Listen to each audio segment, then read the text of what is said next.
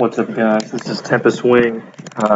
This is going to be an ongoing series that I'm titling it "Top Lane Terrors." I'm just going to talk about a lot of my favorite champions, which are all top laners. Going to the store here. I think the first boy who needs some recognition is Doctor Mundo. Um, so I'm pretty sure Doctor Mundo got his PhD in making people shit themselves because he is intimidating. Um, his passive is a built-in Warmogs, um, or something similar to that, where he just regens percentage of his health. So you just build straight health and watch your enemies cringe. Okay, then there's the Infected Cleaver, which does magic damage and percent health, which I've had a lot of fun with. Um, I've been building a lot of. If you look at my rune pages, one of them is very heavy offensive towards magic damage. You've got ability power Quinn's magic pen. That's just armor and magic resist. But I run that on Mundo because it's hilarious. Because those cleavers do so much damage. It's really stupid. Yeah, there's that. There's the churn and burn. Uh, Enough said. There's the whatever I like to call it his righteous fist. Basically, he just starts fisting people using his auto attacks, and it's dirty. The ladies love it. So yeah, makes them be able to get money. Sadism. I don't call that sadism. I call that he's basically doing cocaine at this point. Um, and he sacrifices so little to gain so much. All right, moving on to a special favorite of mine. We got Nasus.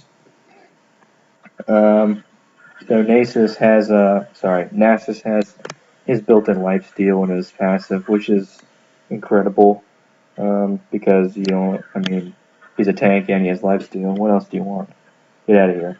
Okay. Q. This is where Nasus starts to get dirty.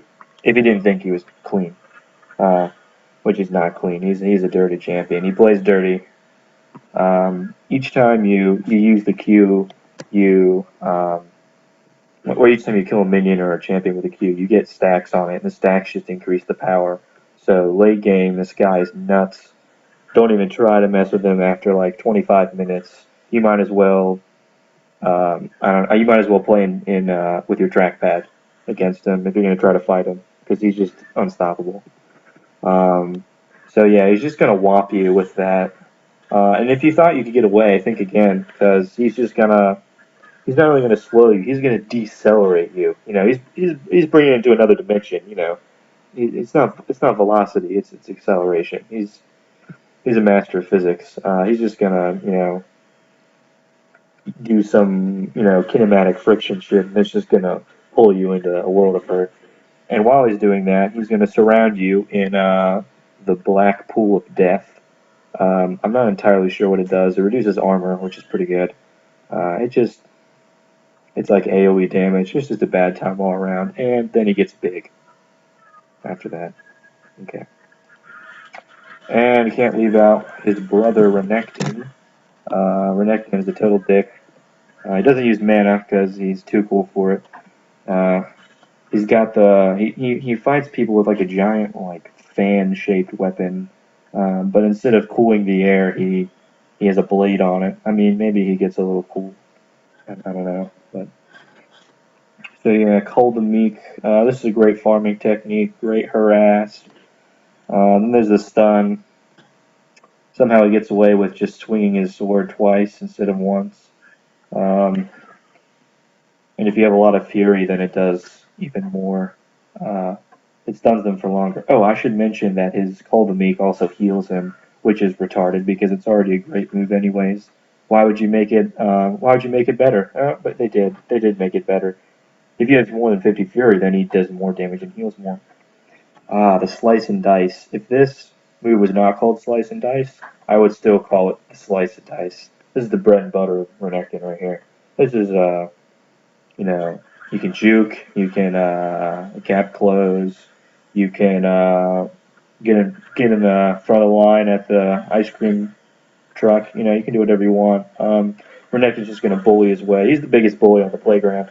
And if you didn't think he was the biggest bully, he can also make himself huge with Dominus. Um, you know, you're thinking, oh, Dominus, you know, that doesn't sound like really cool or anything. Well, let me just read you some dialogue. Renekton transforms into the Tyrant form, gaining bonus health and dealing damage to enemies around him. Uh, while in this form, Renekton gains fury periodically. Yeah, whatever. Like he didn't gain enough fury before. Now he gains it periodically. So you're screwed. You're done. You're done. You're dead.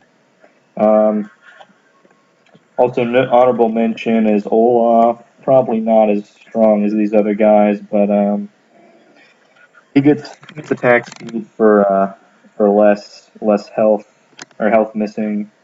He's got the axe. Um, so it's kind of a redemption thing. You know, you throw the axe and you're like, gee, you know, I wish I didn't do that because that's like my only weapon. You can run after it and pick it up, and it reduces the cooldown by basically 100%. This gives you lifesteal, enough said. This summons Zeus to send a lightning bolt that does a lot of damage, and since it's an attack from the gods, it doesn't factor in armor or magic resist or anything. And basically, the thing that makes Olaf ungankable is that he can be temporarily immune to disables, and he turns bright red. So I mean, if you were even thinking about crossing him, you wouldn't want to deal with this beet red brute by any means. And that's all for today on Top Lane Terrors. I assume that I will probably update this, but these are like the ones that are OP right now. I'm sure the meta will change eventually. But consider this the first installment in Top Lane Terrors.